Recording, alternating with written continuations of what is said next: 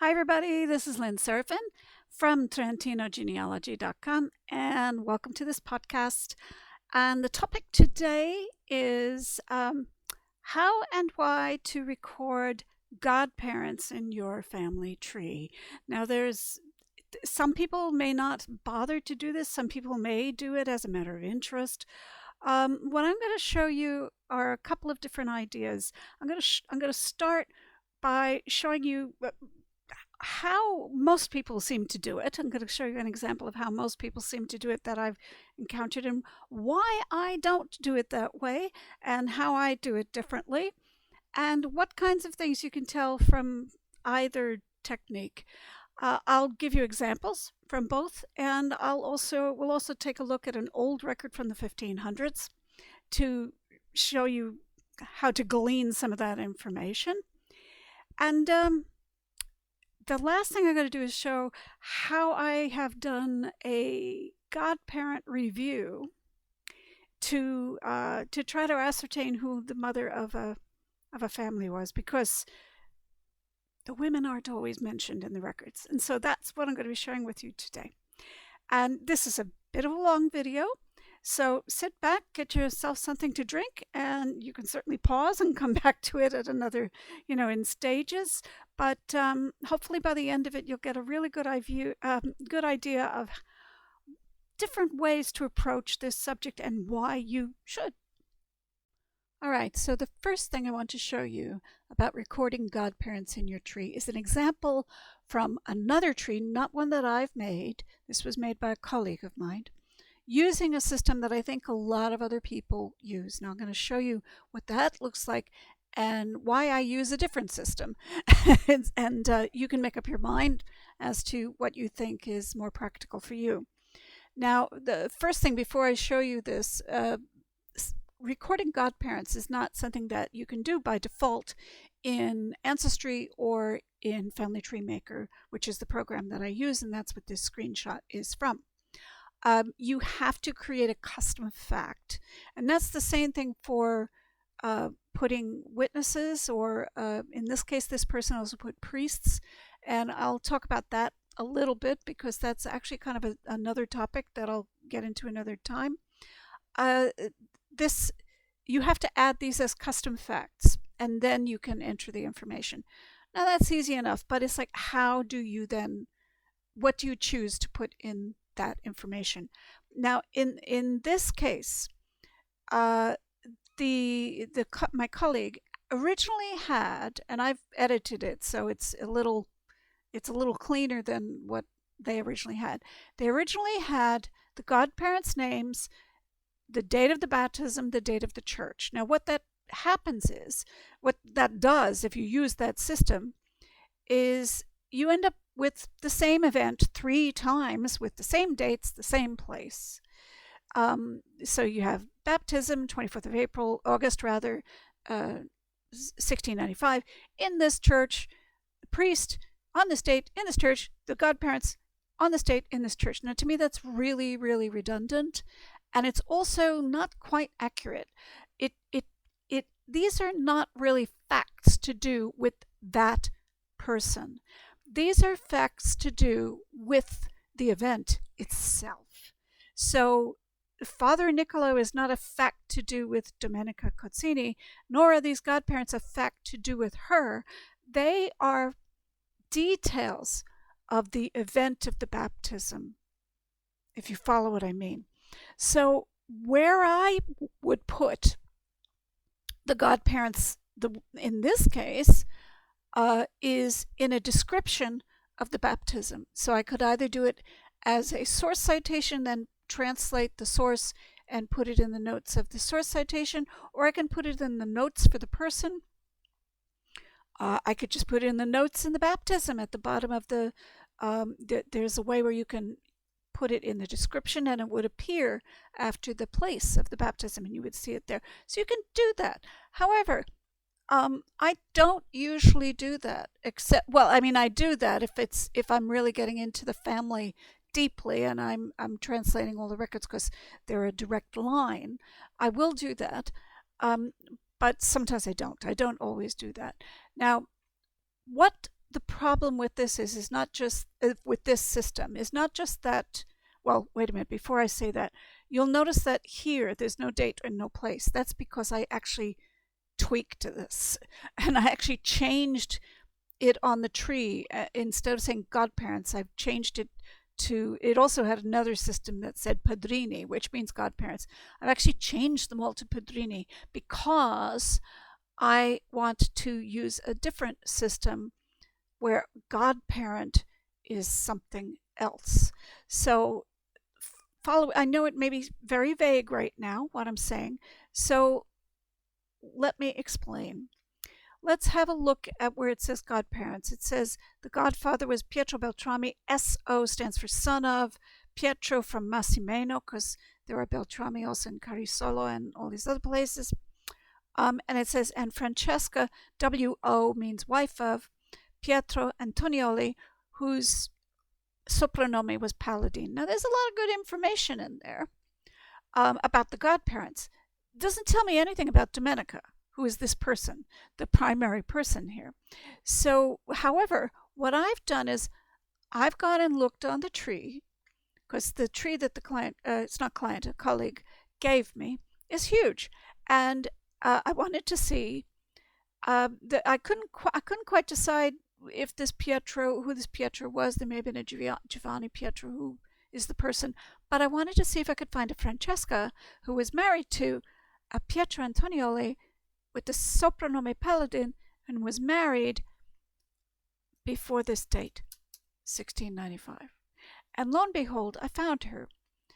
She was on the tree, and her name is Francesca Braga, and you can see that they married in 1691, and his name is Pietro Antonioli, and also in the notes, it's you can't see it on this screen, but in the notes, his soprannome was Paladin. So she's the woman who was the godparent.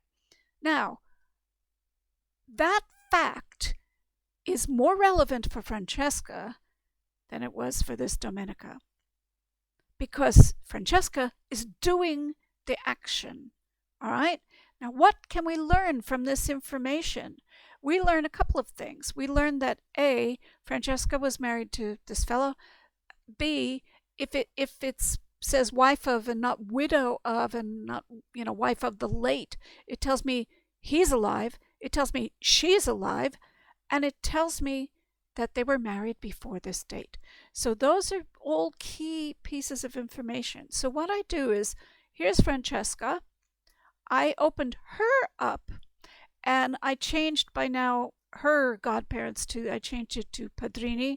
So these are her godparents, so deal with that another time. And what I did is I made a new custom fact called godparent, singular. So not godmother, godfather. I didn't want to deal with two different facts. I just said godparent. And she is a godparent on that date. And so I have the date, and you can see now it's not all these redundant dates. I mean, I haven't dealt with the priest officiating. You would use the same system that I'm showing you here to track down who the priests are, because some of these priests are local and they could be uncles and cousins, but I'll deal with those another time. Right now I'm just looking at godparents. So what I've done is I've put in the date, I put in the place, and then I've put in the description. It says Francesca, wife of Pietro Antonioli, called Paladin, cited as godmother of Domenica Cozzini. So there you have it. Quite easy. And what I've done, what I would do, but I don't have the source citations. This particular person didn't put source citations in, so I can't put them in because they're not in there. If I had the record and I knew the page number and the volume number, what I would do is I would link the source citation to this fact about Francesca. So you would find her linked also to the birth, because the birth would also be linked to Domenico Cozzini. Okay, so you have kind of the idea. Now I'm going to close this, and then I'm going to show you my tree and why using this system is, I think, superior to the other way. And I'm not saying you can't write down the names of godparents and families. absolutely you should, because yes, there are ways that they can help, and I'll show you that later in this video, how looking at that can help you identify people. Um, I'm going to show you why this is quite helpful in a lot of trees. So let me close this and then I'll open my tree. All right, so now this is my Santa Croce del Bledgio master tree. And as you can see, there's 31,466 people currently in the tree. I could probably patch in a whole lot more, but I'm kind of working on some theoretical lines. This is a very early line of mine. They are descendants of the Campo family of Castelcampo.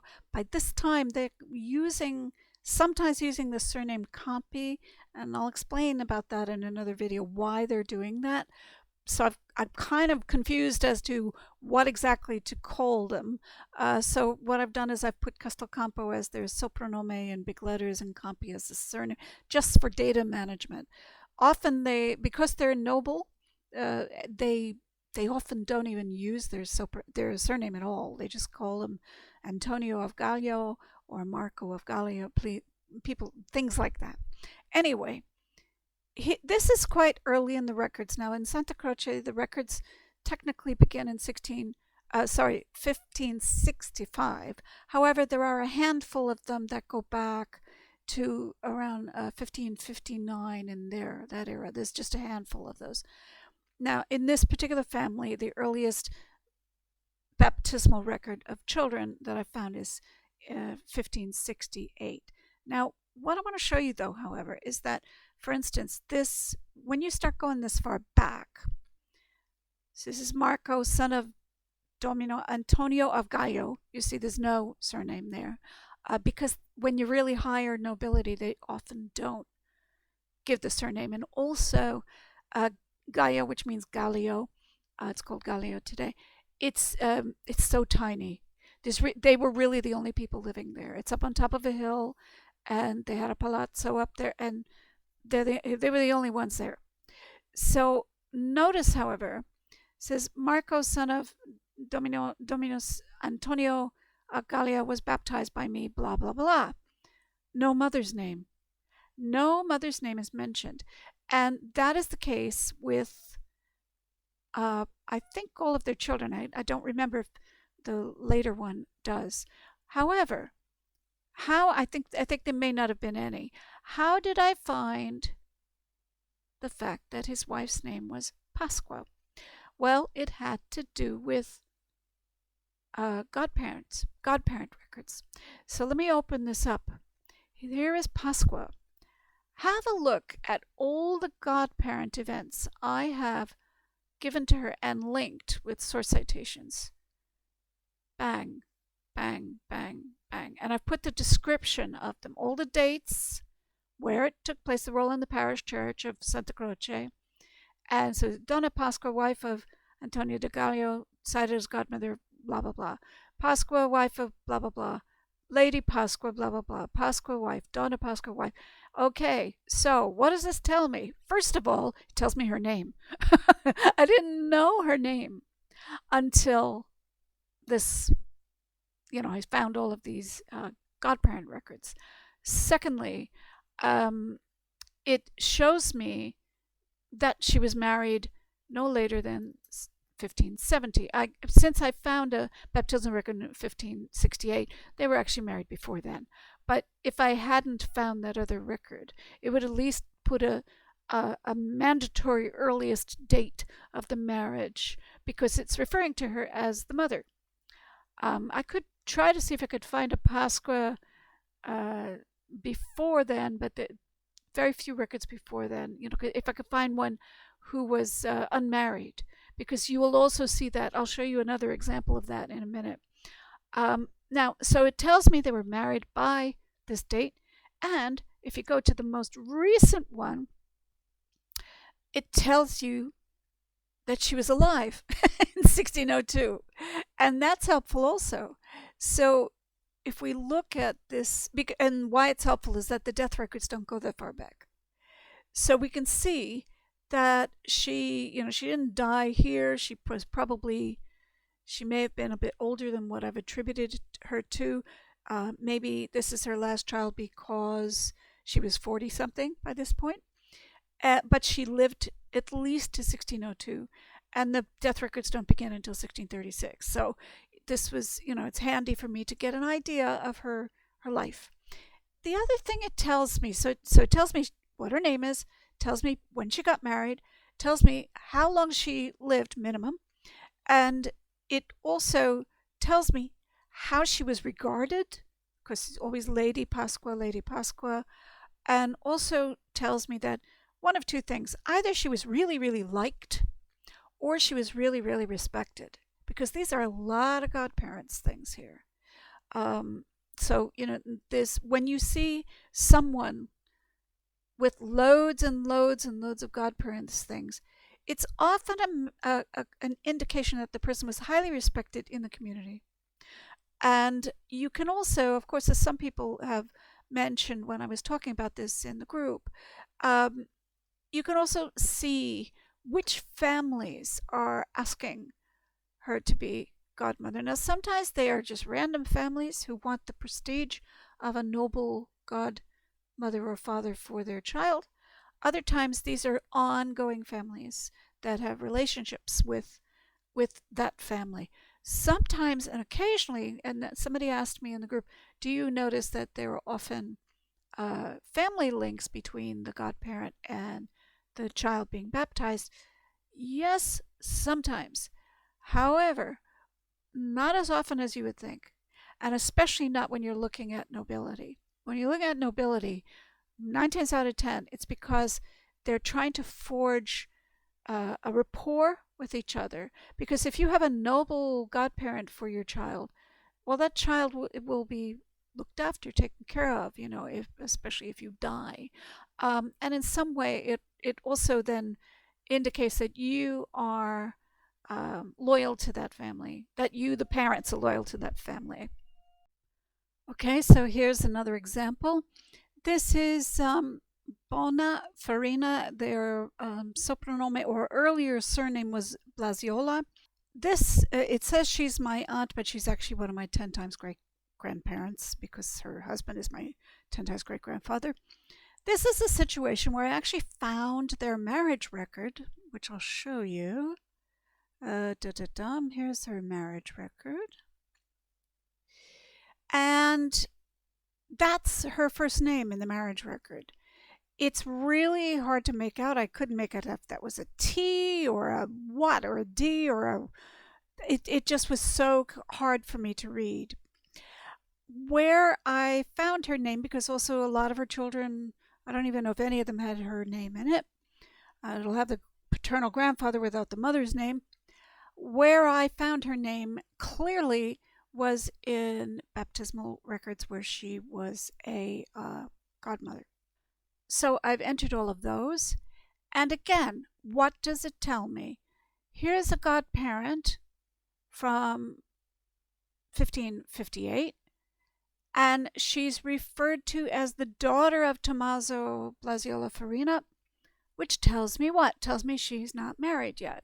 And of course, that is before her marriage date that I had found.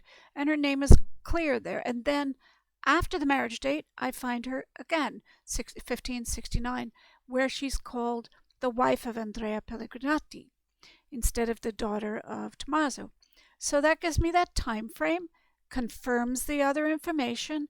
I've linked the source citations of the birth of those children. So again, I've written it as such and such date in this parish, cited as godmother of Maddalena Pellegrinati, daughter of Simone. Usually I would put Bona Blasiola Farina or Bona, wife of Andrea Pellegrinati, cited as godmother. That's what I should probably write, but I'll have to fix that at another time, not while I'm making this video. But I always put that information in there so I can follow the chain of events and look at the chronology and make sure that it's all correct. And then the last godparent I found for her was in 1585. Again, this is, a good 60 years or so, 50 years before They started the death records. So I know she was alive and also widowed, because by that time it says born a wife of the late Andrea. So that tells me he died before that date. She was alive, which could entice me maybe to try to find a second marriage record for her. But by that point, I don't think she remarried. And so this was a case of I had some records, couldn't make out the name. When I found more information through the godparents, I could figure out her name. All right, so this is the last example I'll show you because I think you're kind of getting the idea. Again, this is a family in the early 1500s. There's no marriage record for them because it's before the beginning of the marriage records, which start in 1565. However, there's a random record for their daughter, Dina Claudia Costantini. The Costantini were a noble line of notaries in this era, and they all lived in Marice in Santa Croce del Blegio. So Dina Claudia is actually my 10 times great-grandmother. But I didn't know her mother's name because I put a note here, it said no mother's name in record. So how did I find out what her mother's name was? Well, through godparents. Here's Maria. And I found several records. Maria, wife of Agrigio. Agrigio is an honorific term used generally for notaries. So Maria, wife of Agrigio, Lorenzo of Medici. Notice that there's no surname again, and it's because it's already implying he's a notary, and there's only one of him, and Medici is also very small. So Agrigio Lorenzo of Medici, if you know your families in this era, you know who it's referring to. So there she's referred to there back as far as 1558. So we know they married by then. And in fact, the first child I found was 1559, but that's because, as I said, there are random records from 59. They could have been married earlier than that. And then Lady Maria, wife of Agrigio, Magnifico, Lorenzo Costantini of Medici, etc., etc., etc. And so he's alive during all of this period. So this helps me. Again, I know her name. I know she's alive at least till the end of 1569, possibly much later than that. So she's at least around 40 years old, at least, possibly more than that. I didn't find any other children, but that may be because they were all born a lot earlier. I mean, there could have been a lot more. I haven't pieced it together yet to see if there were a lot more. Could have been a lot more born well before 1559.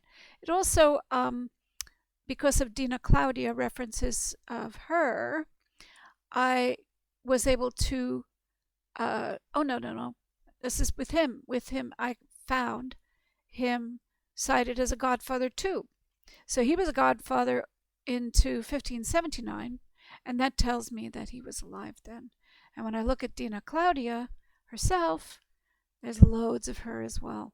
So you can see her. She had children past this date, so it doesn't give me a death date, but it shows the point when she was married. You can see daughter of, daughter of, daughter of, daughter of, daughter of, suddenly wife of. There she is. So you can see exactly the time frame. Well, it's about a 9-year time frame, but you can see the time frame in which she got married, when she was. And also, if you're a godmother, you have to be kind of a certain age. The youngest she was about 14. That's a little young. Usually they're more like 17 or so. But because she was noble and, of a higher ranking family, I think people again wanted to pay respect to that family and honor her. And maybe they had a connection with some of these families as well. Notaries will have sons and daughters of other notaries as godparents, because notaries all kind of stuck together. So, I mean, there's a lot of others I can show. I will show you just one more example because it's what I'm working on right now for this article. Here's Matteo Benesutti, his wife Margherita. There is no record of her at all. because all of these sons, we only know through inference in later records, they were all born way early. They were all born, 1520s through 1550, thereabouts. So who was she? How do we know her name? Well, I only found a couple of godparents records. And because, she was getting older at the point that the records were getting more in use, because she certainly would have been born around the beginning of the 1500s. But I did find two of them, Margarita wife, Donna Margarita wife, and so I know she was alive at least until the end of 1566. And so that really helps, because she's also 11 times great grandmother. Why do I care about the names of these women? Well, why not? And also, it helps look at how the naming patterns are in the children of their descendant, the children of their sons in this case. Unfortunately, because of the way things are with records, I don't know who their daughters are because it's too early. I'm sure there were daughters, but haven't seen them mentioned. But at least I have the wife's name, which is kind of nice. I want to know her name. And occasionally, just occasionally, you might see the priest mention something like Margarita born such and such, or from so and so. That has happened. Okay, so at this point, some of you are probably thinking, wow, I should go look up all the old records and see if I can find any of my ancestors as godparents in the records. And you're thinking, how do I go and do that? Well, essentially, you have to scroll through all the pages of a given time frame. So if you have a rough idea of when that ancestor lived, you can only do that if you've created a date estimate and a death estimate of that, or at least a birth date estimate of that ancestor. And if you then start scrolling around the time where you think that person may have been a late teenager or so, and then just keep going, just keep going. And so I'm just going to show you a page. And now I'm choosing this on purpose because it's difficult and because it's revealing of what kinds of things you're going to encounter when you look at older records. Now, this is from 1571. This is in the parish of Santa Croce del Bleggio. And if you notice here, I'm going to zoom in so that you can see it as, just going to choose this one record because there's so many to choose from. This one's from January 14th, 1571. Now, if we look at this baptismal record, the girl's name is Margarita. It says her father's name is Giovanni Francesco. That's what this stands for. And then it says son of Giovanni. So it gives the name of the paternal grandfather, Malacarne of Sesto. It says Sisto, but the name of the fraternity is Sesto in modern spelling. Sometimes in old spelling, you also see it as sexto, which means sixth, but it's spelled sesto, which also means sixth in modern Italian. So Margherita, daughter of Giovanni Francesco, son of Giovanni Malacarne of Sesto, was baptized by me, and then there's the name of the priest. And then you notice there's no mother. There's no mother named. And so what I want to point out is some people may say, why is there no mother named here?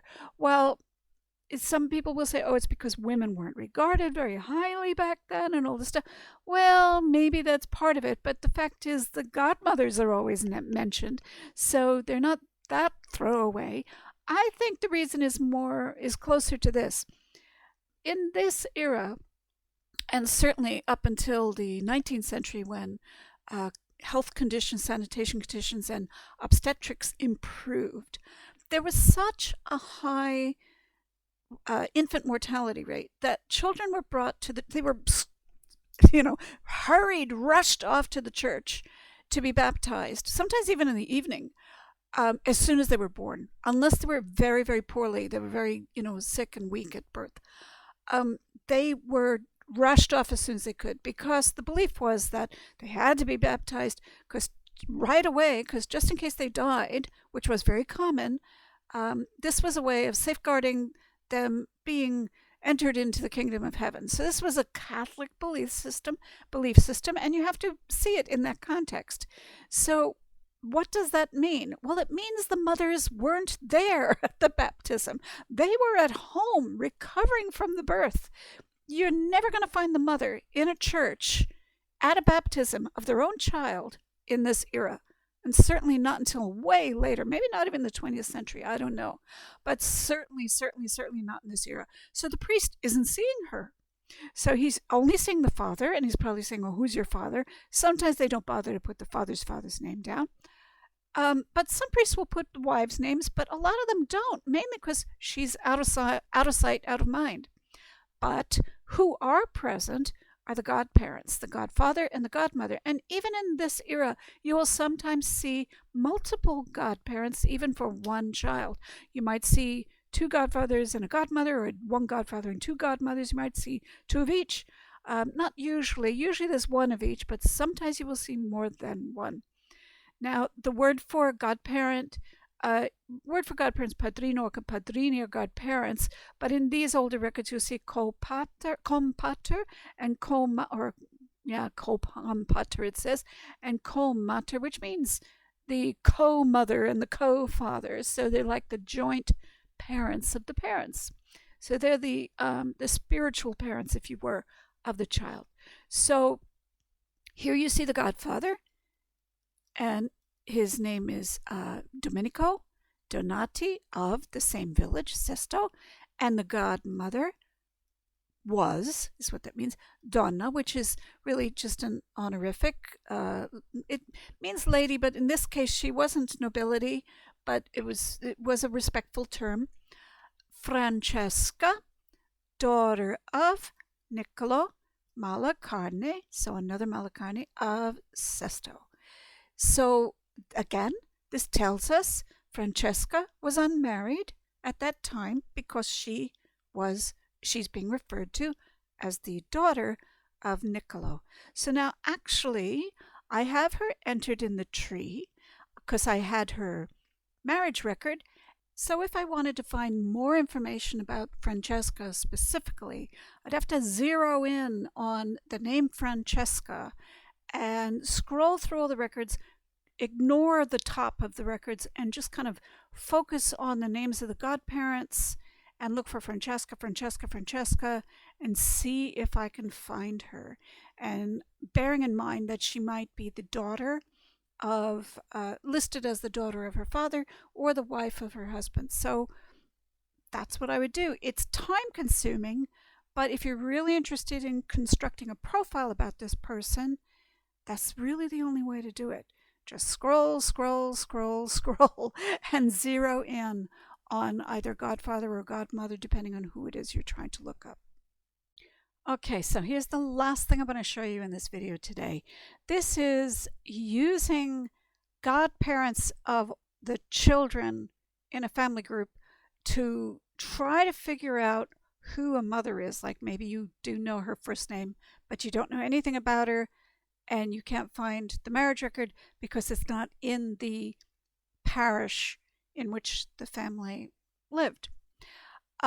So this was actually a request that a client of mine who's not in our group made. He has ancestors who were the Borzaga, but I was also working on my Borzaga article / ebook that I published some months back. So I wanted to figure this out both for him and my client and for my own research. So what I did is I went through all of these baptismal records. These are in Cavareno, which is in the parish of Sarnanico. That's where the records were kept in the past. It's only very recently that they have their own records. So all in the parish of Sarnanico. And of course, you can see there are 8 children there. So I went through each one to see if I could recognize any repeated patterns. I saw this Anna, daughter of Giorgio Milzer of Fondo. Now, the thing is, since I couldn't find the marriage record in Sarnanico, I'm assuming the woman came from a different parish, because she would have been married in Sarnanico if she came from Sarnanico, and there's no gap in the records at that point. and it would have at least been in the index. So I figured she came from somewhere else. So when I saw a different parish mentioned, that's where my kind of ears perked up or eyes perked up or whatever. And I wanted to see if I could figure out some parallel and some answers to it. Anna, daughter of Giorgio. So I went looking for Anna, daughter of Giorgio. And what I found also is that Giorgio, in fondo, was married to an Agnese. And lo and behold, so the first two children are Antonio and Margherita, obviously named after Simone's parents. The next two are named Giorgio and Agnese, who were actually Giorgio Milsner and his wife. Those were the same names, same first names. So they were named after them. So even though they're only mentioned once, I was assuming that this was probably so. So what I did was I looked them up, and I found a sister named Barbara, and I found that's where I found that Agnese was the wife through Barbara. There are gaps in the fondo records at this point, so there's about I think a 5-year gap or so. So Maria's and Anna's birth records are missing, but we know Anna exists, and I really believe that Maria is is Milsner. That's what I believe. Milsner, excuse me. This is a theory. So I say, and the fondo marriage records, unfortunately, don't go this far back. They begin in 1666, so I can't prove it. But I've written all the notes here, and I said, I'm positive that it's her sister because of the naming pattern of the children. Why would they ask a random girl from fondo all the way to Sarnonico to be a godmother if she weren't the aunt? That's what I think, if she weren't the sister of the wife. And also that the next two children are Giorgio and Agnese, and Anna happens to be the daughter of Giorgio and Agnese. Why would they bother? So, Anna the godmother, I mean. So this is the kind of thing you can do. It's theoretical, so since it's theoretical, you've got to explain it. This does not always work. I'm going to tell you this kind of godparent review. Occasionally you'll get results out of, say, 10 godparent reviews I do. I might get 1 or 2, if I'm lucky, results from it. A lot of times you're not going to get anything because the patterns are so random. But the key thing is, if you see somebody from outside the parish and you suspect the wife is from outside the parish, that's when it can sometimes help. And sometimes I have conclusively found it, and I found the marriage record of the couple, and then it sealed it. But that doesn't happen very often. However, that's the other thing you can do with godparent reviews.